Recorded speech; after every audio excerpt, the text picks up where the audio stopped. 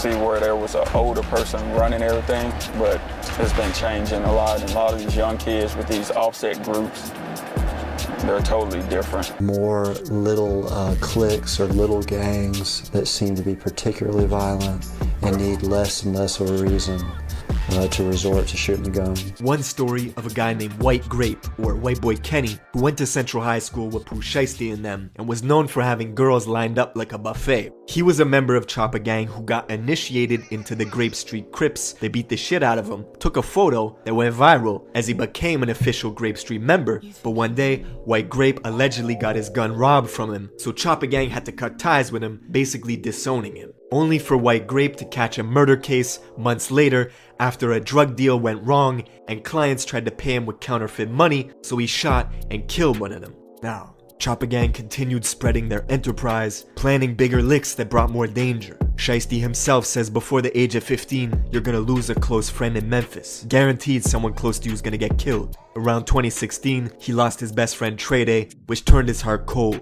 Pooh Shiesty vowed to live with no remorse from that day forward and be a menace to society. And after he graduated high school in 2018, Choppa Gang had many streams of income flowing in, and they started using some of this money they were making to pay for studio time.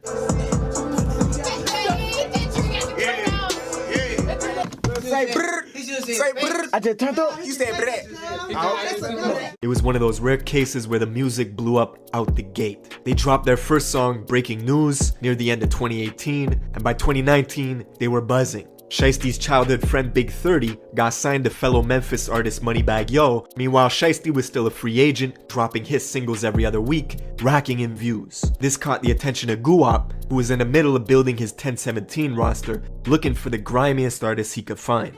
Of course, Guap was the original slime. You remember hearing stories of a young Gucci Mane terrorizing the industry. Famously, the first time he met French Montana to do a song together, French paid him $5,000 and waited in the studio patiently while Gucci took the money and left out the back door. Gucci didn't like French because the first time he went in the studio to do a song with him, he paid Gucci $5,000 to get on the feature. And he was just sitting in the studio, but Gucci was going out the back door. Like, he wasn't doing nothing. And I said, Gucci, you can't do no shit like that. And that's the same energy Gucci saw in Pooh Shiesty. After hearing one song on YouTube, he hit up Pooh on IG to get the paperwork ready for a major label deal with Atlantic. Choppa Gang was laughing to the bank, the industry fucked up and let some real gangsters in. Big Scar, who's also from South Memphis and just happens to be Pooh Shiesty's cousin, he's a founding member of a clique called Double R that's been in a brutal war at home in Memphis for quite some time. And up until this point, Big Scar was strictly in the streets, handling business, and never really considered himself a rapper. Until one day, he actually blew up off a reaction video done by a YouTuber named Tommy Craze, who reacted to Big Scar's first ever song when it had only 5 views in 9 hours. How about Big Scar, make a play, 5 views 9 hours ago. Man, that was so hard. Definitely co-sign this track. Big Scar, make a play, go and check it out. That song went on to do millions of views, and 2 months later, after Shiesty became a major label artist, and with only 2 songs ever published, his cousin Big Scar inked a deal with Gucci, making Choppa Gang and their affiliates the single biggest movement coming out of the Mid-South. And with all this attention on Memphis, it brought more drama to the city. Pooh Shiesty was living up to his name and began taking shots at another Memphis rapper named Big Boogie. Where you at, Big Boogie? The Boogster. Where you at? Hey, Boogie, hey, Red Ron, I would get out there in the street with your gang, me by myself. The whole gang right now, today, in like 30 minutes, on live, all this shit. Why you say something back, cuz? You did that out of your fans, cuz. You let your fans boot your head up, cuz. You done cost yourself. You got shows and shit ahead of you, bro. Boogie's a rising artist out of Frazier, which is the north super country part of Memphis. Seems like a good guy. According to Boogie, they never met a day in their life, but Shiesty claims when he pulled up in the north to see Boogie, it was a whole different story. Oh, you been running from me, bro. You been running. You been running from me, bro. You know what happened in the north, bro, when I pulled up, came on your side, bro.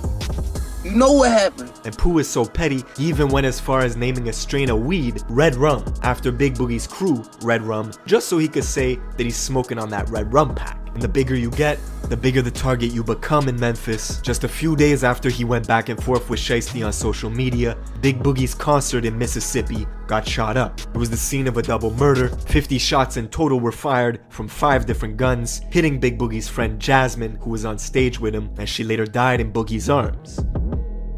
Fast forward a few months later to November 6th. Durk and Pooh Shiesty linked up to drop the audio for the song Back in Blood. That's the same day where King Von passed away in Atlanta after an altercation with Quando Rondo outside the Monaco Hookah Lounge. Shiesty and Durk had already filmed the music video back in Chicago, but chose not to release it yet. This was, in many ways, the mainstream's introduction to Pooh Shiesty. A few more weeks went by and the song continued to climb the charts. Then randomly, at 6 in the morning on a Tuesday in December, Shiesty posts this cryptic warning to Facebook. Drop that song and you're not gonna live to see that baby get here.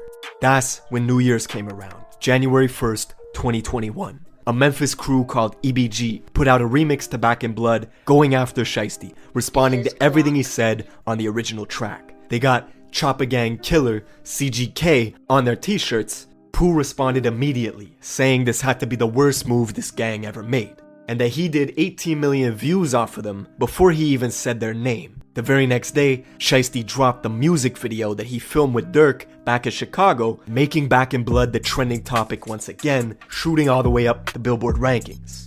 EBG's remix was getting taken down left and right due to copyrights, so EBG's main rapper E Jizzle dropped another diss track called Rumors, which ran up in views quickly, hitting 1 million views in less than a week. Then, Jizzle was shot 3 times just days after this second diss track went live. I bet a man can do this. Man can do this. Who this is? Who? I can't walk. I can't walk. Cool, boy. 3 bullets hit his arm, and after getting them removed, Jizzle was back on the block wearing a cast, just in time to drop his 3rd diss track called Paralyzed. Hey, y'all shot the wrong arm.